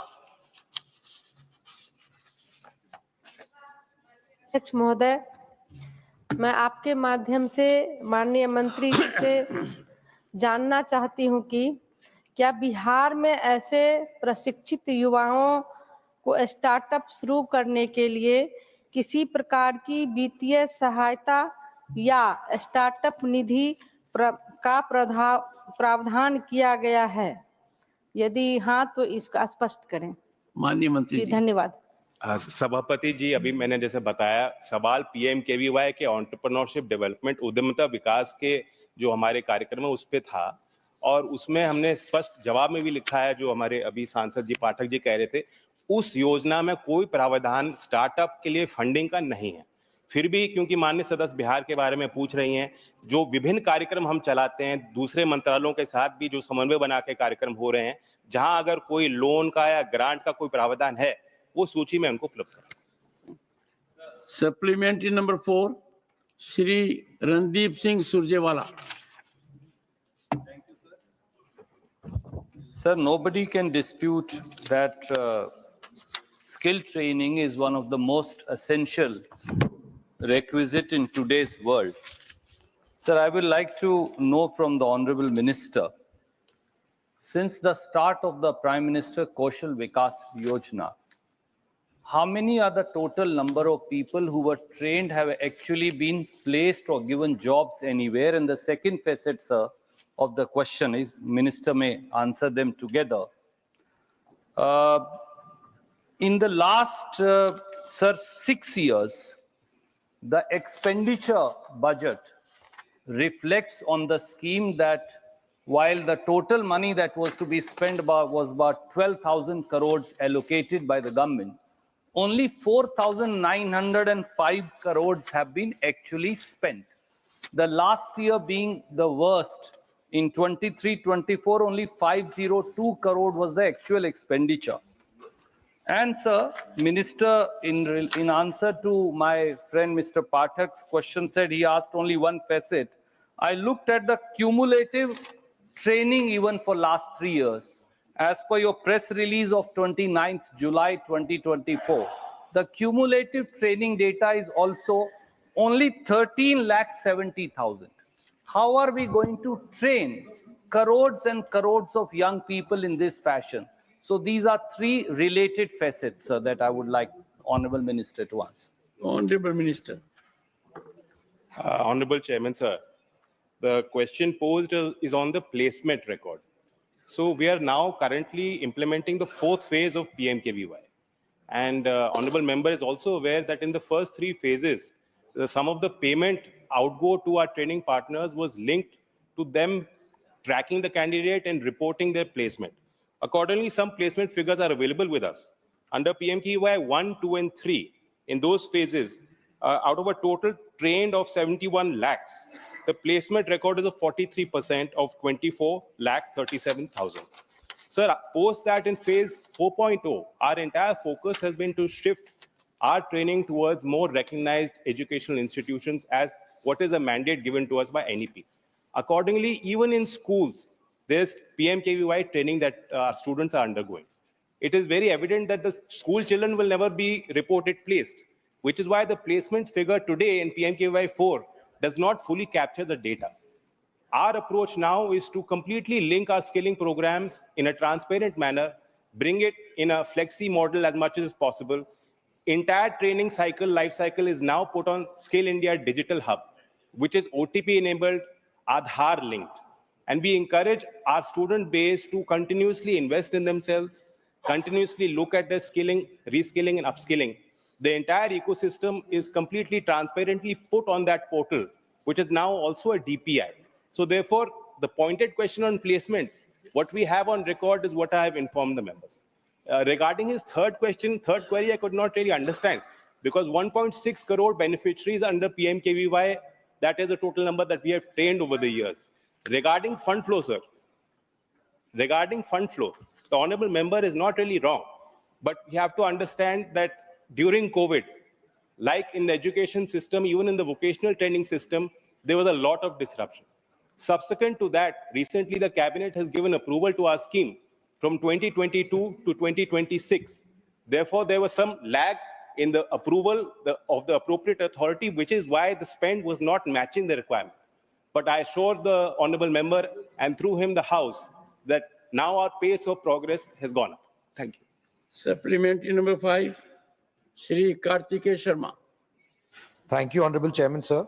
Through you, I would like to ask the Honorable Minister if there is, because the main reason why these skill development programs sometimes do not reach a conclusion, a logical conclusion, is because of the mismatch of the demand and supply. Where is the demand of jobs and the supply that is being created through skilling? So is there any proposal or provision under the ministry to create a data bank or a grid which will match the demand and supply gap where people between job seekers and the job opportunities that seek? Appointed question. Sir, it's a very good question. Under our ministry, there are 36 sector councils. The governance structure of all of these sector councils, which are working as verticals, is that they are manned by leaders of industry. And these are the same people who are going to be hiring people and giving jobs. So therefore, they have an understanding of what the future direction is, where the skill gaps are. The mandate given to each one of these sector councils is to conduct skill gap surveys on a regular basis. In fact, NSDC has also organized an international skill gap survey across countries, also looking at outward migration and where the possibilities are. But I take the suggestion also that we need to integrate our entire skill programming. Instead of being prescriptive, project-oriented basis, it should be based on actual skill gaps. And it should be dynamic. Thank you. Question number 332, Shri Tiruchi Shiva. Sir, question number 332, sir. Honorable Minister. Answer is laid at the table of the House. Supplementary number 1, Shri Tiruchi Shiva. Sir, it's a very important question, sir. All questions are important. Yes, sir. Actually, we were seeking for a short duration discussion, but we couldn't reach that. It's okay, sir. Sir, to my deep part of my question, whether any consultations with the state governments and academic institutions have been conducted. The minister's statement reply consists of as part of consultation process on the draft UGC regulations 2025, vice chancellors of central universities from all states were consulted, and it was also shared with all principal secretaries higher education of all states, chairman of all state higher education councils, IIT, sir. So consultations have been had with only the vice chancellors of central universities, and with the state government principal secretaries, it has only been shared. Sir, I think the minister is very much aware that a lot of apprehensions, concerns have been raised by various stakeholders. the educators, students, and state governments, and especially with regard to the appointment of the vice chancellors. The vice chancellors are appointed now. The UGC, as per, of course, the UGC has powers to draft rules for appointment of staff and other things. Even for the GER, the gross enrollment ratio for higher education in 2037, the target of union government is 50%, sir. But in 2025 itself, Tamil Nadu has reached 48%. So many state governments are performing very well. And in the appointment of the vice chancellors, now the chancellor, that is the governor, and eminent persons appointed by the UGC will be in the select committee who will select the vice chancellor. And moreover, the vice chancellor need not be, sir, the question for this basic is necessary, sir. The vice chancellor need not have an academic background. Sir, the state governments have no role in the appointment of the vice chancellor. The colleges are situated in the state government's jurisdiction.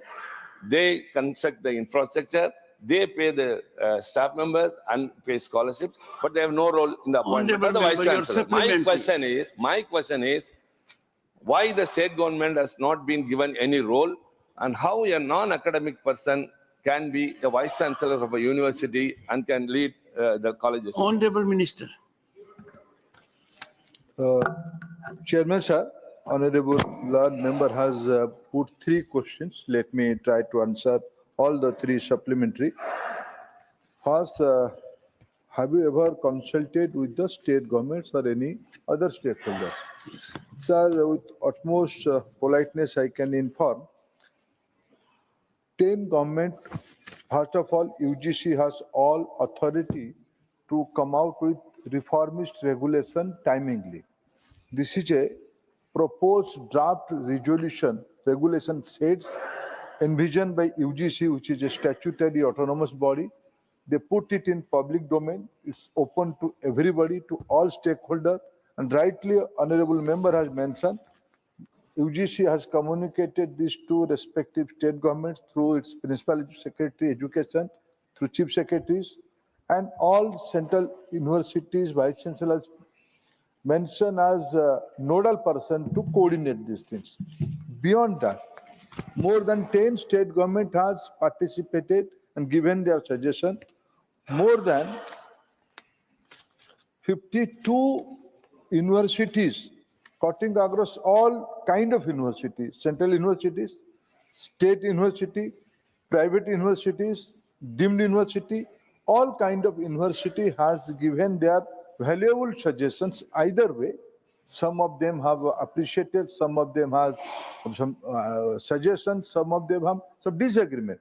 But we accept everything as a suggestion, and all these things are on the consideration level. The part 1 is the consultation. It's a widely consulted approach we have taken, and now it is also the reform draft. Already we have put it into the UGC has put it in the public domain, and anybody can suggest on that also. That's a regular affair of UGC. Part 2 of the question, how do you select a vice chancellor?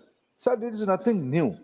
Since our country after got independence and before independence, what is the role of the governor of the state? What is the role of how to select the vice chancellor? What is the role of UGC? This all has been deliberated, discussed very detailed, in a detailed manner. Sometimes some state government differ with the approach.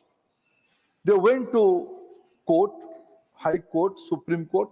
On all the occasions, Supreme Court has given a blanket direction. The suggestions of UGC will prevail upon everything. Number 2, in recent past, due to our nature of our federal structure, due to nature of our democracy, unfortunately in few areas, few states, 2-3 states, the new debate has started. Who will select the panel of the experts? Whether government, honorable governor, being the chancellor of the university, will select on its own, or will take in help of state government. Let me inform to this August House through you, sir. The Secretary of Governor is a representative of respective state government. He is quite eligible. Authority, all authority are there with him to coordinate between governor's office and chancellor office and state government. We can't say there is no coordination between respective state government and the chancellor's office. And this is old practice. This is number 2. Number 3, how do you select a non-academic eminent person as a chancellor? Sir, let me put forth one point of view. Within this August House, lot of people, they may be in the public life, they may be in the politics, they may be in the, but lot of, my dear friend Pathak, he is a professor of IIT. Coincidentally, he is a honorable member of parliament here. After retirement from this house, my wish he should not retire, he should elect regularly. But if he desired to go back to academics, what is wrong in that? Now in the Mr. Britas, you are a good friend. This is inappropriate. Sometimes 1 second, I am not going to embarrass you. Sometimes truth is bitter, little bit bitter. Honorable Minister, My dear, 1 second. Dr. John Britas, not only this is inappropriate, you are a very experienced member. Let the minister complete his reply. And I have still to give opportunity to 3 members to ask supplementaries. But this time you will not be given this opportunity. No, that I think, Honorable Minister. Sir, time is changing. In the new era of technology, innovation, and new order of economy, who will be the leader of university? In universities function, there are 2 sets of roles. One is academics, one is administrative. Now, time has come to blend both the things. Looking into this emerging trend of the globe, emerging trend of the need of the time, this is the need of the time. So rightly, I think rightly, UGC has envisioned eminent persons should also from different walk of life should lead the university. These are the 3 polite answers of my understanding through you to House, sir. Honorable Minister, your replies are always polite. So now you are saying polite means it is more polite than earlier. Second supplementary, Shri Tiruchi Shiva. Sir, thank you very much, sir. Sir, Minister rightly pointed out an example of Mr. Pathak. Yes, eminent person. He was a professor in IIT. Yes. And after his tenure in the Rajyasabha, he can go back. That's what we say, sir. He has an academic background. Honorable Minister has also wished him to continue here as much as he can. I too wish that. And then go back. That thing is, he has got academic background. That is it. He had been an IIT professor. So when he goes back, he has an academic background. Whereas what we say is, one who has been a PSU person, who has been in public administration, they could also become vice chancellors. That was my concern. Because an assistant professor, to become an assistant professor, 14 years have to be put in service. Then associate professor. Then out of research and experience, they will be elevated to professor. And they are elevated to vice chancellor. That would be very fine. Second supplementary. But as he said, again, I think we are not yet settled mentally that this non-academic persons the Honorable Minister appointed. was very explicit. My second very explicit. The Honorable Minister has elaborately responded. Yes, sir. You may have a different point of view. Only non-academic persons becoming vice chancellors will not suit to the future education. That's our stand. That's your point. We have made it. That's my point. Second is, sir, the UGC under the 1956 Act of UGC has got all powers. As the minister said, I agree to that. But only with regard to the ground reality, sir. Sir, the education system now is 12th standard up to school, 3 years graduation, 2 years PG, then 2 years PhD or NET. But now it has entirely been changed. 11 years plus 4 years. First year, if a student goes out, he will get a certificate. Second year, if he goes out, he will get a diploma. Third year, if he goes out, he will given a degree.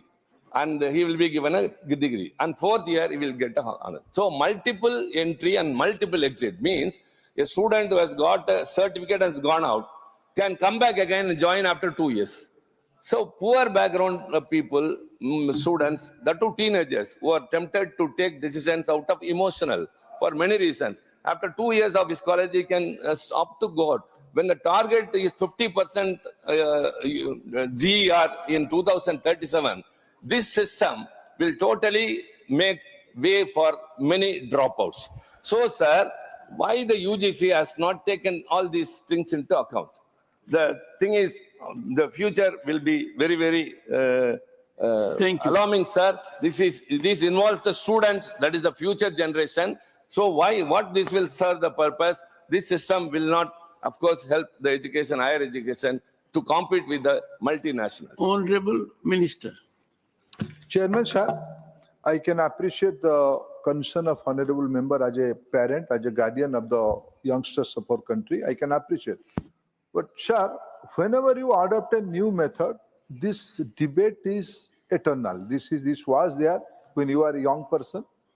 When today we are discussing all such things, and this question, very premise of this question should remain for next century also.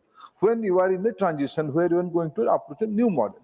But, sir, we have to look into the present need, present trend, and also the future emerging trends.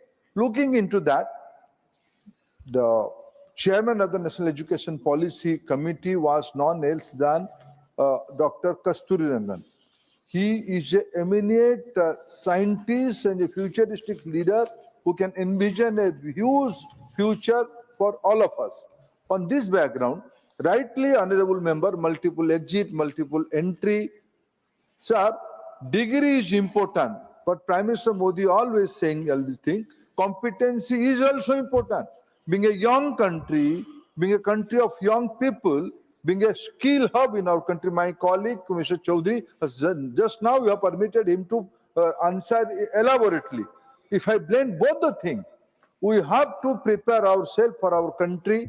We have to prepare ourselves the need of the entire globe as a skill hub, as a knowledge hub, as a competent place of competent people. Looking into that, we have envisioned nothing related to UGC. Honorable member is mentioning the new approach of national education policy. I appreciate his concern, but I'm confident the new generation of this country will take up this challenge and come out with flying colors, sir. Supplementary number 3, Shri Raiga Krishnaiya. Respected Chairman, earlier PhD is one of the qualification for teaching faculty. Now it is removed. There is a demand to restore PhD, one of the qualification. Is there any proposal to restore the same? Now the PhD degree is a decorum degree. So PhD is also important degree for research orientation. In different fields, so many scientists, so many research scholars, there are innovative ideas. They are finding so many new outcomes. So, is there any proposal for imposition of PhD for teaching faculty? Honorable Minister. I appreciate the question of my dear colleague Krishnaiya. I know he's a great advocate of social justice. One situation arises, sir. When we go for massive recruitment at assistant level, assistant professor level post, what we found, the competent persons in the constitutionally protected group like SC, ST and OBC, we did not found sufficient number of candidates in that category due to this precondition, PhD. Sir, a poor student from this background will not wait for a assistant professor's job and complete his PhD and join. The merit and competent people will not wait for that due to socio-economic condition. To take care of all these action only, Government of India advised UGC and UGC has taken this rightful stand. Let us withdraw the condition of PhD at the entry level, but the person when he will go in his career appear for associate professor, for professorship, by that time he has to complete PhD. PhD should not be a precondition for entry level. In that way, it became restrictive to the constitutionally protected group people like SC, ST and OBC people. That's what now UGC has come out with this new approach. Supplementary for Sri Ramji Lal Suman.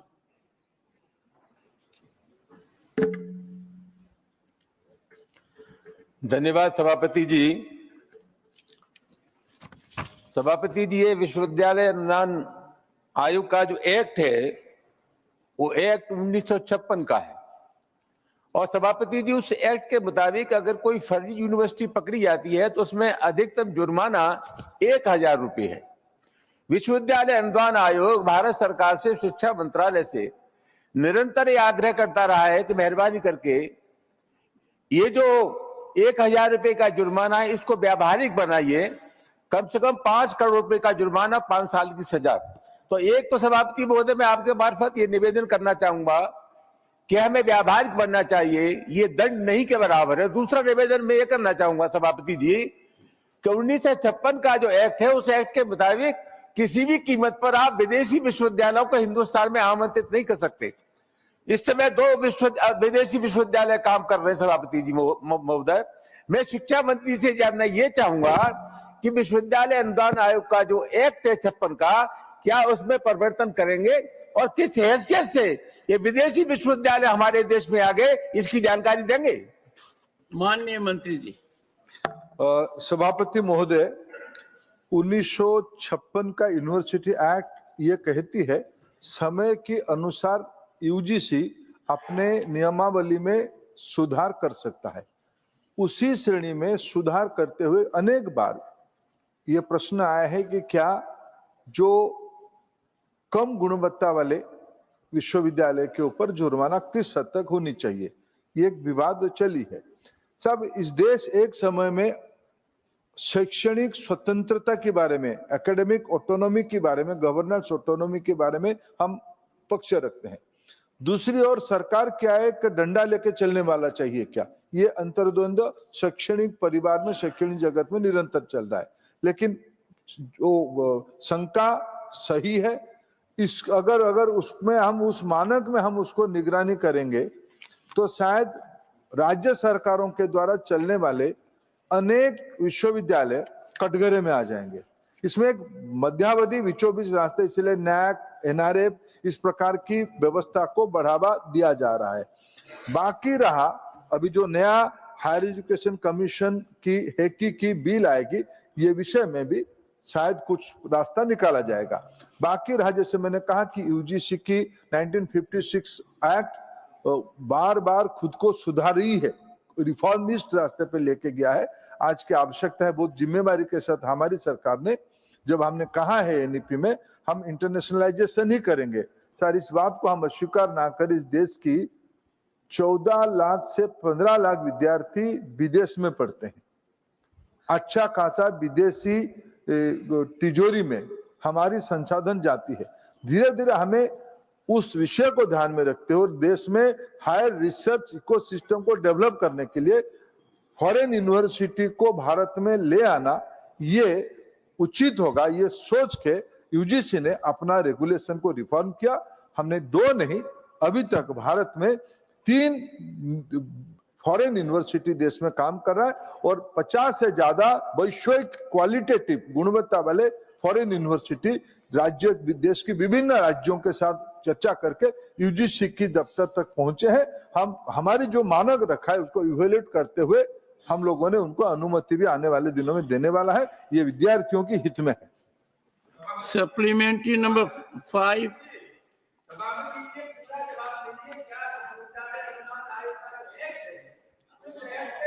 करके कठोर दंड का प्रावधान मंत्री जी करेंगे। सुनिए माननीय रामजी लाल जी सुमन, माननीय मंत्री जी ने कहा कि अधिनियम में प्रावधान है कि यूजीसी समय समय पर संशोधन कर सकती है तरीकों से।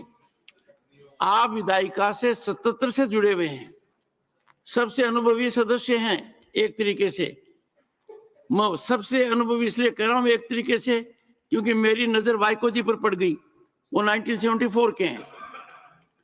The Honorable Minister, 1 second, this is not the practice, please. Honorable Member, the Honorable Minister has very exhaustively answered your question, and sometimes we need to appreciate for exhaustive answer. Supplementary number 5, Dr. John Britas. Thank you very much, sir. Sir, let me just say that I have huge respect for the Honorable Minister. All of us have. Yes, sir. I intervened because of the agony of my state, that is Kerala. Sir, governors as chancellors have been always contentious, controversial. Governors have always? Sir, governors as chancellors have been always contentious and controversial, precisely because there has been... 1 second. You can be kind to your chairman. Yes, sir. I have been governor for 3 years. Sir, except people like you, sir. Thank you. Yeah, thank you, sir. Sir, my question is very simple, sir. So the UGC draft guidelines gives overriding powers to the governor for selection and search and selection committee. That's why the whole concern that's been expressed here. Since Tiruchi Shivaji has asked the question, my question would be on a different level, sir. So the draft UGC regulations 2025 propose the removal of 10% cap on contractual appointments, which threatens the academic job security. Simultaneously, sir, another issue which I had flagged earlier, the introduction of professors of practice who are exempt from search credentials. My question is that these two segments are exempt from the reservation policy. Will it not affect the social justice which we adore? Is the minister concerned about this? Thank you, sir. Honorable Minister. Chairman, sir, with the two questions, let me try to answer the part one. What we found with this great debate of authority of chancellor, again, I'm little bit frank. Who is the secretary of the chancellor and the only governor? He is a senior officer of the respective state government. I think there should be a cordial communication between them. There is cordial communication between the chancellor's office and governor's office and honorable state government's office. What is happening, sir, in few places, I don't want to name the state, few places, influential person of the chief minister office, they try to appoint their own wife, own cronies, as a vice chancellor, as a lecturer. How is honorable governor or honorable chancellor keep quiet, sir? He will certain that honorable authority and office will raise question on that. That is the pinching. That exactly pinching. The way then the question of interference, then the great word of democratic interference. All these lofty words are coming up. Sir, this is unfortunate, and this is a usual practice. And everywhere, many states have went up to Supreme Court. Finally, Supreme Court categorically, time and again, has re-emphasized the authority of UGC. So let us, in a healthy democracy, we know what is the problem, and especially I have a very understanding between my dear friend John Britas on also some of this kind of sensitive issue. I respect his sentiment also, but he knows what I want to say, sir, through you. Number two, sir, regarding social justice issue, it is less said it will be okay for my dear opposition friends. Sir, till 2018, in appointments of assistant, associate and professor post in universities, there is no mandatory rule for constitutional protection to this SC, ST, OBC group. For the first time, Prime Minister Modi enacted a visionary policy, visionary act, through a bill, through an act, enacted regulations. There cannot be no category of not found suitable candidate. And in academic era, the kind of appointment we have for a temporary period, if some ad hoc appointments are there for 1-2 years, we have to realize the situation, because many more universities are coming up, many more quality institutions are coming up. our talented people are finding their own choices according to their career plan. To continue the academic atmosphere in the campus, the institute have to give in some kind of temporary arrangement with they can maintain the constitutional roster. In that also we can plan, and all these things are at the draft level. It is a suggestion. I will inform UGC to look into that. Question number 333, Dr. Anil Sukhdev Rao Bonde. धन्यवाद. प्रश्न क्रमांक 333. Supplementary number 1, Dr. Anil Sukhdev Rao. धन्यवाद सभापति महोदय.